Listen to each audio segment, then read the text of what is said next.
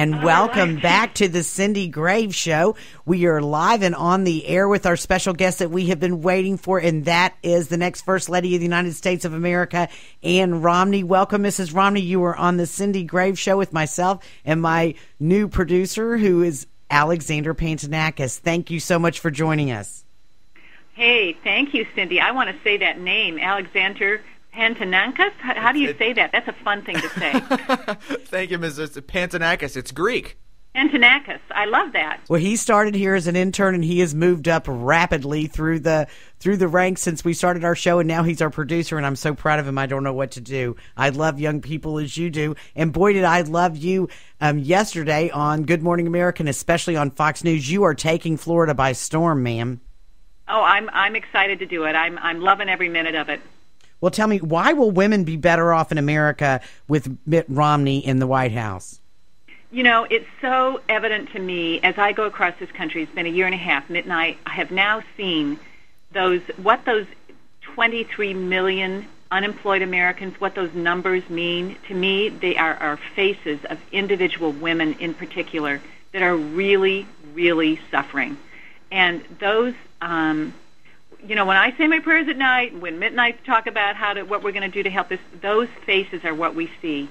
And women need to know that there is hope on the way, that the economy will turn up with Mitt as president, that they will have a better opportunity for their children, that we're going to have the ability with Paul Ryan as Mitt's partner to tackle the debt so that we aren't leaving that huge legacy of debt to our children. As you've heard Mitt in the debate, he said he thinks it's immoral that we borrow money from China to leave a legacy of debt for our children, because we have maxed out on the credit card in this country, and it is just not fair that we're leaving those burdens to our kids.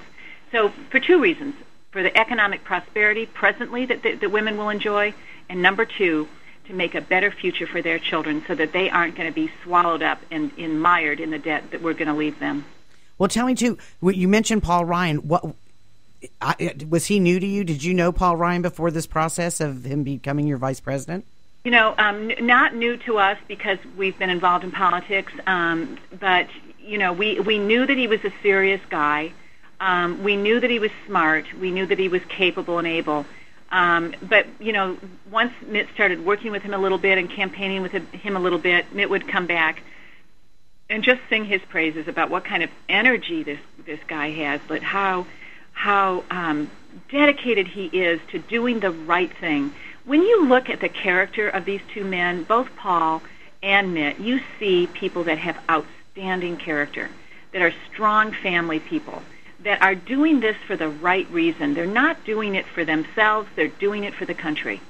And it's inspirational. I'm telling you, I believe in America again. And I will share with you, Mrs. Romney, that I did not know how crusty I had become until I was listening in the hall at the RNC convention to your husband speak. I absolutely began to weep because I did not realize how crusty and how little hope I actually had for America until I thought, oh my gosh, we could actually get this guy to be the president. This is so uplifting. It is wonderful because, and you know, that's the other thing that I feel when we go out in the trail and we go to these huge rallies that, you know, I go to when I'm with Mitt, and the energy, the passion, and that's what people say over and over again. We believe again. We believe in America again. We believe you can do it. And so, you know, we have to translate that hope and that belief into something solid and substantial by getting out and doing everything we can. All of you that are listening need to do whatever we can, because this is one of the most important elections of our lifetime. We are going to be able to make a difference in this country, but we have to do it by getting out and getting active, early voting, volunteering, whatever it takes in Florida. We have to win this state. Well, you have 100% of the Republican women behind you, and they're gathering more people and independent women every day as the polls are showing. Tell me your take on the polls as they continue to soar. Do you have any one thing that you can point to? Do you think it was the debate, or do you think it's the long progression of the enthusiasm and the 5-point plans and all of the other specifics that Mitt Romney has put forth? You know, I personally think for the first time it was the debate because, as you know, 70 million people watched that debate. Now, you have to also understand that there's been close to $1 billion of negative ads spent on my husband. And this was the first chance that people got to see an unfiltered, they could see with their ears, well, let's see, they could see with their eyes and they could hear with their ears and see that this guy had conviction, that he had compassion, that he had clarity, that he had knowledge, that he had experience, that he understood the economy, and that he also had the energy and the passion to get this country right again. And I think that's what did it, is that people finally said, oh my gosh, this isn't who those ads were talking about. This guy is a really good guy. And I think that, you know, that's what happened to me, is that people got an unfiltered view at the person that is going to make a big difference in this country and is going to get it right if we give him the chance.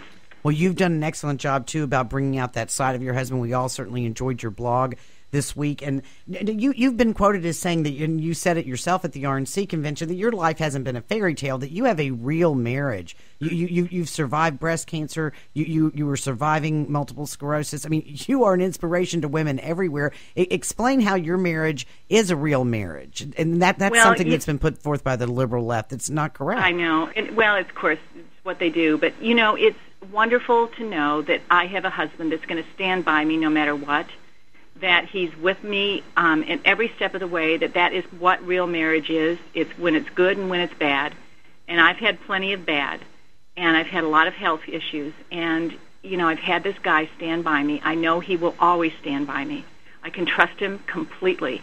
And I think that if you look at how he treats me, you can see that the American people will be able to have that same level of trust in Mitt and understand that this is a man with enormous character and integrity, that he's doing this to get it right. He's not doing it for himself. He's doing it to get it right for America. Thank you, Mrs. Romney, and thank you for being on WBOB today. Thank you so much.